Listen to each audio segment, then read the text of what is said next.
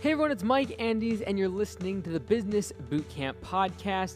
Today I'm going to be talking about a concept that can really change your life and the life of your employees when it comes to thinking long term. Before we get into today's show, a big thank you to today's sponsor, which is Gusto. If you haven't already, go to gusto.com/bootcamp for a free 90-day trial of their software where you can do direct deposit, and your employees have a really easy way of seeing their pay period and how it's broken down and what federal taxes are going where. And at the end of the year, Gusto will get all of your W-2s and all your paperwork done for taxes. So check it out today. Go to gusto.com/bootcamp. Now, today I'm going to talk about a concept that I was thinking about last weekend when I was running, and a lot of my thoughts come when I'm exercising. And so what it really comes down to is the concept of hourly wages. And this is something that I've kind of fought against the past few years as we've switched our companies to pay for performance. And really in any of my businesses, I am constantly asking myself, how can I get the compensation of the employees to more align with the profitability of the company instead of just how long they worked, their hourly wage. And so I've been thinking that way for a long time, but today is a little bit different because I was thinking about more of a mindset that is built around hourly wages. And when it comes to laborist positions, regardless of what industry you're in, roofing, landscaping, any sort of labor type position where you're paid by the hour, or even entry-level office positions, or the medical field is hourly, right? I think it really puts us into a box in our mindset of being short-term. Literally, we're thinking about the next hour and how many dollars we're going to make in the next hour. I truly believe that the person who thinks the most long-term usually wins the game of money. All right? And so if you look at investors, the person who invests for the long-term traditionally is the one who makes the most money. The person who tries to time the market, real estate, stocks, whatever, they're usually the ones who lose.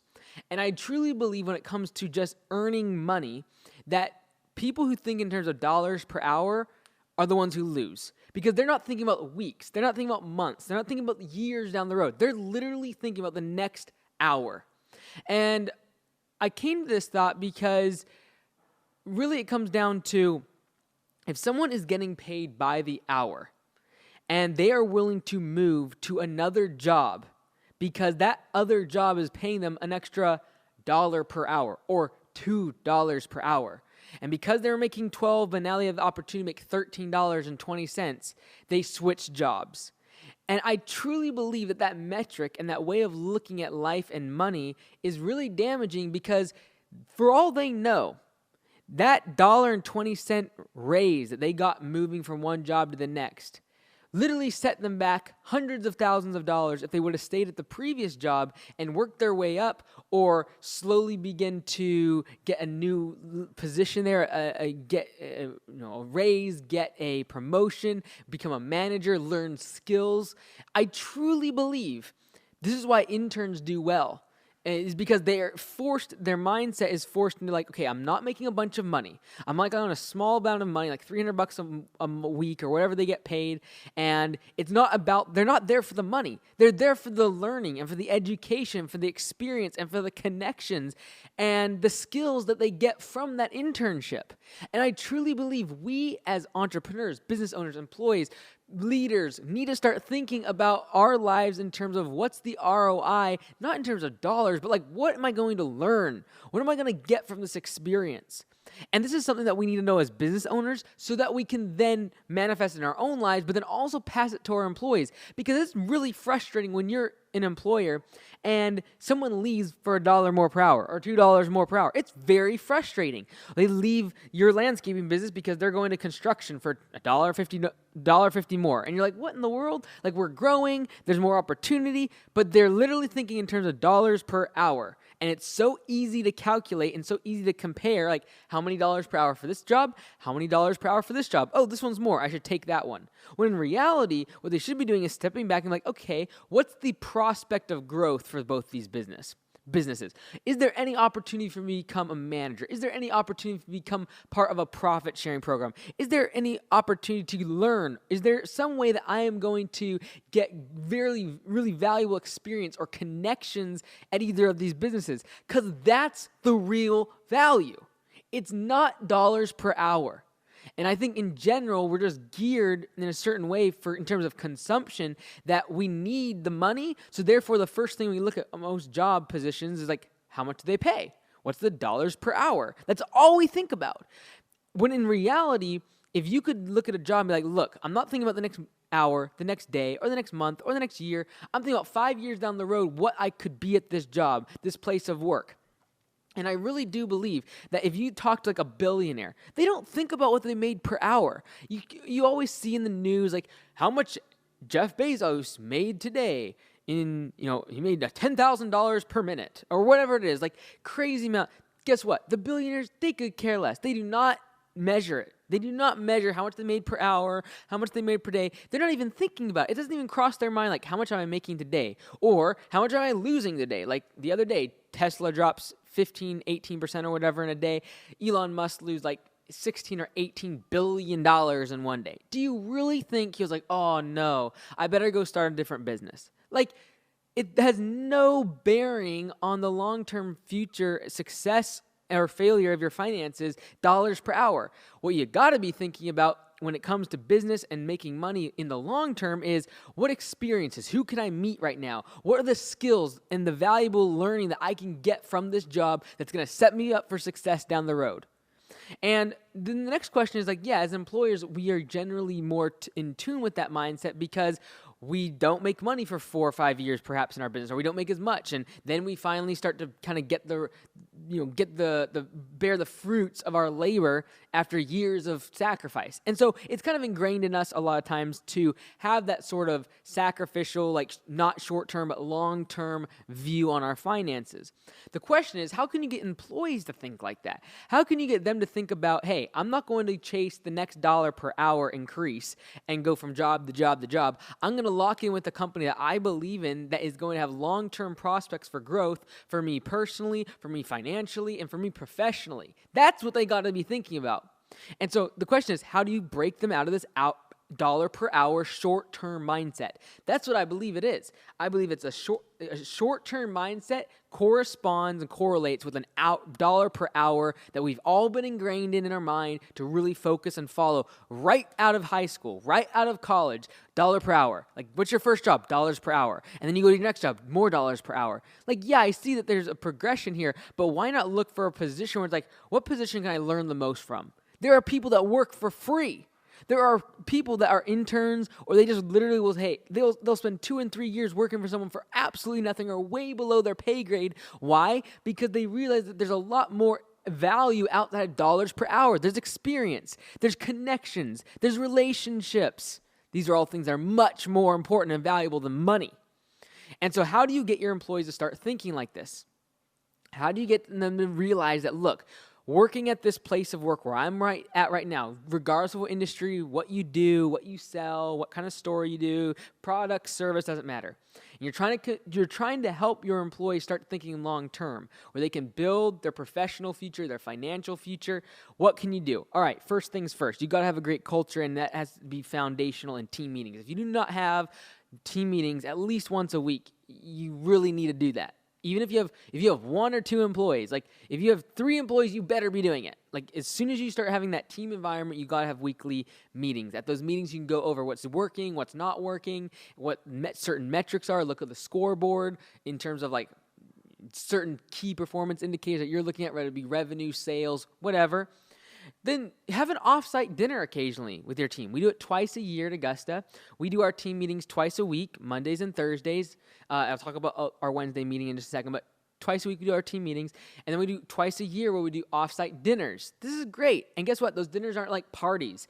These are business meetings. We talk about goals. We talk about historic data. We talk about what we did really well in the past 6 months.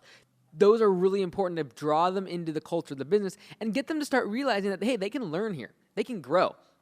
Like if your business is growing, showing them that opportunity and what it can become based upon the fact that you've grown so much, that can really get them inspired and get them to realize that, hey, I should drill down and make this my career instead of hopping from job to job to job, getting the next 25 cent per hour raise. So team meetings, offsite dinners, open book management. I don't know how many times I've said it. I will continue to say it. Opening up your books to your team does nothing but good. Everyone is so apprehensive to open up their books, and I just don't get it. If you're doing really, really poorly and the business is suffering, getting your team to know where you're struggling financially is going to do nothing but good. They are going to, some people would say, well, if you're really on the brink, then they might actually just jump ship because they think you're sinking. Yeah, but unless you're like literally about to go out of business next week, there's a really good camaraderie that comes along with everyone binding together. Hey, we're going to fix this. And guess what? If you're doing poorly and you haven't told them the numbers, they don't know that you're doing poorly, they just assume that you're making tons and tons of money. They just assume that. That's the mindset employees have been shoved into, is that the boss is always making a bunch of money. Well, guess what? If you're not, which like most small business owners, we struggle along, especially when we're getting started, you need to be clear and open and honest and share the numbers. Like, look, we lost money. Here's where we can improve. Here's the P&L. And they'll be shocked by how much you spend on this and how much you spend on that. And where can we cut the waste? Where can we become more efficient? And so if you're doing poorly, share your numbers. If you're doing great, if you're doing really, really well with profit, and it's just now years down the road, it's a mature business rolling in the dough, guess what? You should still share your numbers and just make sure that their pay is corresponding with their performance and the business's performance as well. So do a profit sharing program. Do pay for performance, where the harder they work, the more money they make. And then if the business makes more profit, they get a little extra in their paycheck. Like, that's where you can begin to develop that mindset in them of like, oh, I'm not chasing, going from $15 to $16. I'm chasing trying to work a little bit harder. So instead of making $16, I can make $18 an hour on this paycheck because I kick butt. Or because the business did well and I contributed that and I made extra money. And so these are all things that we've done that we've seen really, really good results with: open book management, profit sharing, pay for performance. These are all things that get the employee to not think about the next dollar on the next hour. They start thinking about the next year and where they're going to be at and where they're going to invest money. And this all goes back to learning. And your culture needs to be a place where learning is the most important thing. And I don't mean like education, like, all right, what's 4 plus 4? Like, this is not about education from a traditional sense of higher education in college or anything like that. It's the mentality that every single job you're on, every single crew you're with, every single client you interact with is an opportunity to learn. And that might mean getting them an Audible book membership and constantly filling it up with books. I think we have about 160 or 170 Audible books in our Audible team account, and we have books on leadership and business, a lot on business, autobiographies. We have just a whole bunch of marketing, all sorts of books that they can learn and listen to throughout the day. We talk about it a lot in our team meeting about those books. And a lot of times it takes someone 6-12 months to like actually get into that, becoming part of that culture and realizing, look, like these people keep talking about it, but there's actual value to this, and it's going beyond what I'm making I might make more from the learning that I made on a 4-hour job than I made in dollars on that 4-hour job. And that's very important. And so we've actually created on a Wednesday morning, we have an optional meeting where it's an optional meeting for the team. About, half the team shows up, and we talk about learning. We talk about personal finance and stocks and real estate, and just trying to learn and get in the mindset of learning and breaking the concept of dollars per hour is what judges everything that goes on in my life and my career and where I'm going to go next, when it needs to be, what can I learn from this experience? And you might be dealing with a bad employee right now, or a bad customer, or a poor contract, or a bad supplier relationship, whatever it might be. You need to step back as the boss, the owner, and ask yourself, what can I learn from this experience? What is the learning that needs to be absorbed here in this situation that I am going to one day down the road reap the benefits from? In the form of more customers or better customer service or better culture for my team because I had to go through a certain situation with an employee. These are things we've got to know as business owners, and I implore you to try to encourage your employees to think the same.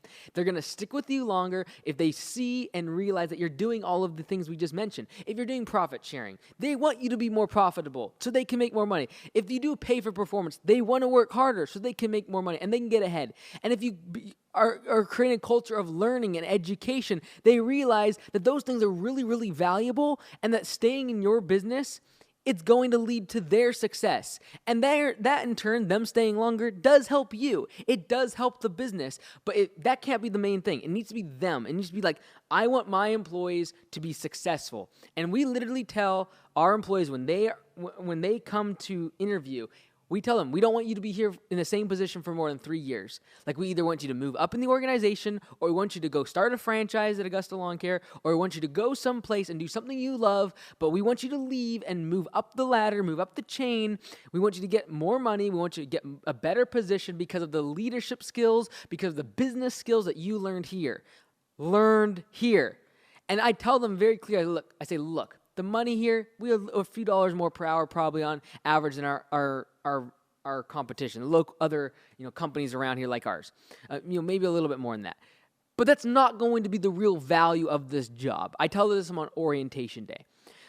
It's not going to be the most value. The value here is what you're going to learn, where you look at every single project as a way to hone your skills of leadership of a crew, where you look at every single week as an opportunity for you to maximize profitability on your route, where you look at every single month as a way to learn about the P&L from the open book management system, and you can one day either be a manager or be help another owner or go start your own business based upon the learning that you received working here. And I promise you, if you make your business into a manufacturing plant of education instead of manufacturing plant of labor, I promise you it'll reap benefits for you, for your employees, for their future, and for the business's future. I just truly believe that we need to make learning you can't show it on a profit and loss statement. You can't say at the bottom like, oh, we had 4 oodles worth of learning this month, and we gained 36% market share of learning. You can't put this on the P&L, but I promise you, I just guarantee doing the things I just talked about and improving the culture and making it where you elevate learning and their personal finances and their education around those concepts, you make that like the most important thing. What you do is not important. Why you do it is the most important thing. The whole golden circle, right? What you do, then how you do it, and then why you do it. And everyone talks about, this golden circle is so awesome, but yet all we do when we talk to our employees is we talk about what we do. We talk about how we can make it better, but we never talk about why we're doing it. And so I really encourage you, focus on making your business a place of learning for you, for your employees, and for your customers. I promise you it'll lead to better profits, happier employees, happier owners, and more importantly, it'll be a place where when you look back and people have worked for you, they'll go on to do great things down the road, and you'll be super proud of the fact that you contribute a little bit to that by making sure they focused on learning and not $1 per hour mental trap that we've been placed in this society. You've been listening to Mike Andes from the Business Bootcamp Podcast. Until next time, be great. Nothing else pays.